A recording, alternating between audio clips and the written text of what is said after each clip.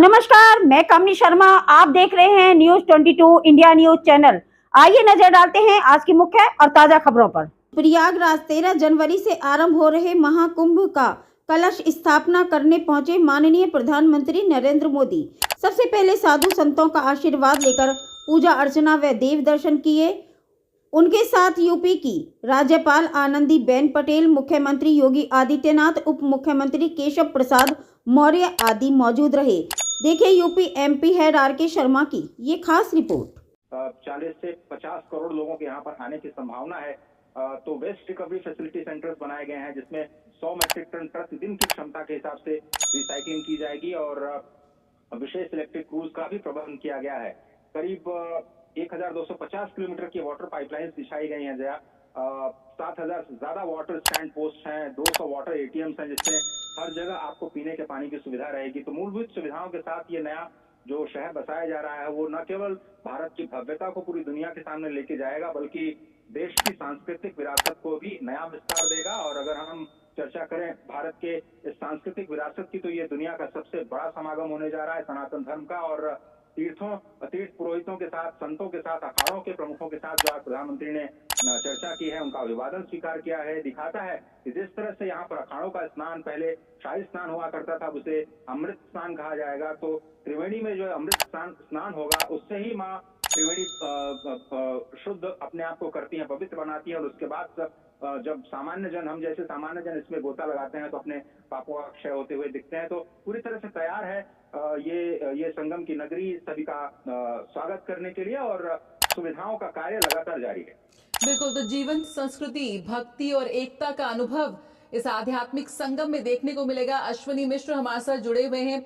अश्विनी, यहाँ पर हम अब भारत की जीवन संस्कृति और भक्ति और एकता का जिक्र यहाँ पर कर रहे हैं। तमाम तरह की तैयारी और प्रशासन की ओर से की जा रही है, लेकिन हम देख रहे हैं साथ ही कई ऐसे और लोग भी हैं जो पूरे देश से इस वक्त प्रयागराज में जुटे हैं अपनी आहुति देने के लिए इस महासमागम में। किस तरह से इस बार का आयोजन बेहद ऐतिहासिक, बेहद अलग होने जा रहा है, जो भारत की विकास गाथा है उसका भी एक साक्षी और एक उदाहरण, एक प्रमाण पेश करेगा पूरे विश्व के सामने महाकुंभ। निश्चित तौर से अगर जया देखें तो पूरी दुनिया का आकर्षण का केंद्र होगा 45 दिनों तक ये प्रयागराज की धरती।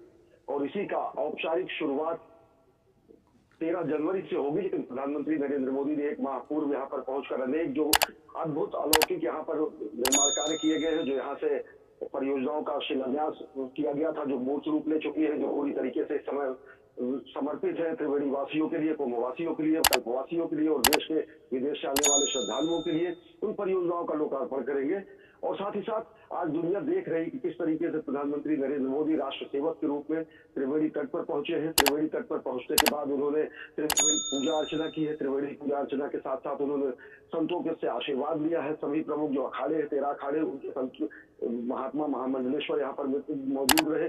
और उसके बाद विधिवत पूजा अर्चना करते हुए, कुंभाभिषेक करते हुए, जलाभिषेक करते हुए, त्रिवेणी आरती करते हुए प्रधानमंत्री नरेंद्र मोदी ने पूरे विश्व को आमंत्रित किया है इस महाकुंभ में, जो कि संपूर्ण विश्व की एक साक्षात अमूर्त धरोहर है। और ऐसी धरोहर है जिसको हमने अपने सदियों से शाश्वत सनातन परंपरा के तहत इसको हमेशा संरक्षित रखा है। और पूरी दुनिया देखती है, निश्चित तौर से अगर इन रूपों में देखें, अगर इन प्रतीकों में देखें, तो दुनिया देखती है कि किस तरीके से वयम राष्ट्रीय जागृयाम पुरोहिता के रूप में हम पूरी दुनिया को सर्वे भवन्तु सुखदा का मंत्र देते हैं, सर्वे सन्तु निरामया का मंत्र देते हैं। हम उनको मंत्र देते हैं जिसमें हम कहते हैं आनो भद्रा क्रतवो यन्तु विश्वता। हम उनको मंत्र देते हैं जब हम कहते हैं कृणवंतो विश्वमार्जम, विश्व को श्रेष्ठ बनाने के लिए, सुशील बनाने के लिए, सभ्य बनाने के लिए, विश्व को मर्यादित बनाने के लिए, विश्व को शांत और धैर्यशील और समुन्नत बनाने के लिए जिस तरीके से हमारे मनीषियों ने जो तप की, जो तपश्चर्या की, उन्हीं तप और तपश्चर्या की शाश्वत धारा को महाकुंभ के रूप में यहाँ पर दिखती है। और निश्चित तौर से जब प्रधानमंत्री नरेंद्र मोदी पूरी दुनिया के सामने कहते हैं कि भारत विश्व बंधु के रूप में, कहीं न कहीं मित्र के रूप में, विश्व मित्र के रूप में पूरी दुनिया की सहायता करने के लिए खड़ा है, उन सभी चीजों के लिए जहां पर युद्ध से, संघर्ष से, भय से आज जो कराहती हुई जनता है या लोग हैं, उनके जो त्राण का, उनके जो परित्राण का या फिर उनके सहायता का जो महामंत्र हमारे मनीषियों ने दिया था, वो कहीं ना कहीं उद्घोषित होती है आज यही त्रिवेणी की धरती से, धराधाम से, इसी प्रयागराज से, जो कि ये बताता है कि किस तरीके से शाश्वत सनातन संस्कृति विश्व कल्याण की कामना करती है। और महाकुंभ इसी का प्रतीक है। महाकुंभ 12 वर्षों पर भले लगता है, लेकिन महाकुंभ जब लगता है तो पूरी दुनिया देखती है कि किस तरीके से समरसता, समन्वय, भाव, साहचर्य पूरी संस्कृति का यहाँ पर दिखता है। समूची दुनिया से लोग आते हैं, सभी मत, संप्रदाय, धर्म और हर एक पंथ के लोग यहाँ पर आते हैं, सारे अखाड़ों के लोग आते हैं, सनातन संस्कृति की जितनी धाराएं वो सब आकर यहाँ पर त्रिवेणी में कहीं न कहीं समाहित होती हैं। और 45 दिनों तक जो ये कुंभ चलेगा, महाकुंभ चलेगा, तो पूरी दुनिया ये देखेगी कि किस तरीके से भारत अपनी विरासत को अपने हृदय में संजोए हुए एक विकासशील राष्ट्र के रूप में नहीं, एक जगत गुरु स्वरूप के रूप में अपने को प्रस्तुत कर रहा है और भारत एक विश्व बंधु के रूप में खड़ा है। निश्चित तौर से अगर देखें तो यह कहा भी गया है कि हिंदू सदा से विश्व बंधु है, जड़ चेतन अपना माना है, मानव पशु तरु जीरी सरिता में एक ब्रह्म को पहचाना है, इसी सत्य के विविध पक्ष को युग में हमने गाया है, निकट बिठाकर इसी तत्व को उपनिषदों में समझाया है। हिंदू धर्म वह सिंधु अतल है जिसमें सब धारा मिलती है, जग को आदशील करने की शिक्षा निज जीवन से सिखलाना है, इसी पूर्ण का जगत मधु संपूर्ण मिलेगा। तो ये जो पूर्ण स्वरूप मिलता है समूची मानवता को, जो पूर्णता मिलती है वो इस महाकुंभ में मिलती है। जब आज लोग ये देखते हैं कि किस तरीके से सभी धाराएं आकर यहाँ समाहित होती है, समेकित होती हैं और समेकित समाहित वेद स्वर में जाकर एक शाश्वत सनातन महासागर में जाकर समाविष्ट होती है। और उन्हीं संस्थाओं को, उन्हीं संस्कारों को, उन्हीं सनातन परंपराओं को, उन्हीं शाश्वत मनुष्यों के चिरंतन मंथन को यहाँ पर 45 दिनों तक समेटा जाएगा। और उसी की औपचारिक शुरुआत भले ही 13 जनवरी से शुरू होगी। आज 13 दिसंबर को प्रधानमंत्री नरेंद्र मोदी पहुंचे और उन्होंने त्रिवेणी आरती की, संतों से आशीर्वाद लिया, आशीर्वचन और राष्ट्र कामना की, लोक कल्याण की कामना की। और यहाँ पर विश्व ने साक्षी देखा कि जब प्रधानमंत्री नरेंद्र मोदी पूजा कर रहे थे, किस तरीके से हमारे आचार्यों ने, हमारे मनीषियों ने धर्म की जय हो, अधर्म का नाश हो, प्राणियों में सद्भावना हो, विश्व का कल्याण हो। ये हमारे कोई भी अनुष्ठान करने के बाद जब हम ईश्वर से कामना करते हैं तो हम निज की कामना नहीं करते हैं, विश्व कल्याण की कामना करते हैं। और वही उद्घोष यहाँ पर हुआ है कि प्रधानमंत्री नरेंद्र मोदी ने त्रिवेणी पूजन किया है, गंगा आरती की है, महाकुंभ का कुंभाभिषेक किया है, कुंभ पूजन किया है और अब वो अन्य कार्यक्रमों के लिए प्रस्थान कर चुके हैं। जया।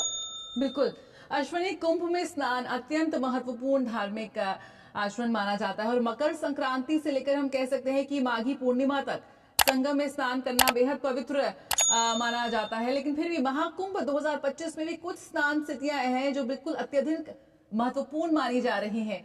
क्या कुछ महत्वपूर्ण आयोजन होंगे जो हिस्सा बनेंगे महाकुंभ का? देखिए जया, महाकुंभ की शुरुआत औपचारिक तौर से 13 जनवरी को पौष पूर्णिमा के साथ शुरू होगी। 14 जनवरी को मकर संक्रांति का स्नान होगा, राजसीय स्नान होगा, 13-14 को राजसीय स्नान होगा। इसके बाद जो हर एक कुंभ का, चाहे वो महाकुंभ हो चाहे वो अर्धकुंभ हो, जो सबसे विशिष्ट और सबसे प्रसिद्ध स्नान है वो अमावस्या का स्नान है। अमावस्या का स्नान 29 जनवरी को होगा और उसके बाद वसंत का स्नान, महाशिवरात्रि का स्नान और साथ ही साथ अंत में पूर्णिमा का स्नान होता है। तो ये राजसीय स्नानों की परंपरा यहाँ पर है और राजसीय स्नानों के दिन पूरी दुनिया से लोग यहाँ पर आते हैं। संत महात्मा यहाँ पर पूरे 45 दिनों तक अपना कल्पवास तो करते ही हैं और महाकुंभ में सारे संप्रदायों के लोग आते हैं, सारे धर्मों के लोग आते हैं, सारे मतावलंबी आते हैं, सारे अखाड़े आते हैं, सारे सन्यासी आते हैं। गिरी और कंदराओं में यहाँ तक तपस्या करने वाले जो मुनि ऋषि मनीषी हैं वो भी कुंभ तक चले आते हैं, क्योंकि त्रिवेणी में आकर मां गंगा और यमुना और सरस्वती के संगम पर स्नान करना एक पुण्यदायी तो माना ही जाता है। साथ ही साथ ये दान का क्षेत्र है, अक्षय क्षेत्र माना जाता है। यहाँ पर किया गया जो कर्म है वो अक्षय माना जाता है। तो अक्षय क्षेत्र में अक्षय पुण्य की कामना से लोग यहाँ पर पहुंचते हैं और यही दुनिया देखती है कि किस तरीके से हमारी जो अक्षय संस्कृति है वो आज निरंतर बहती हुई शाश्वत स्वरूप में है।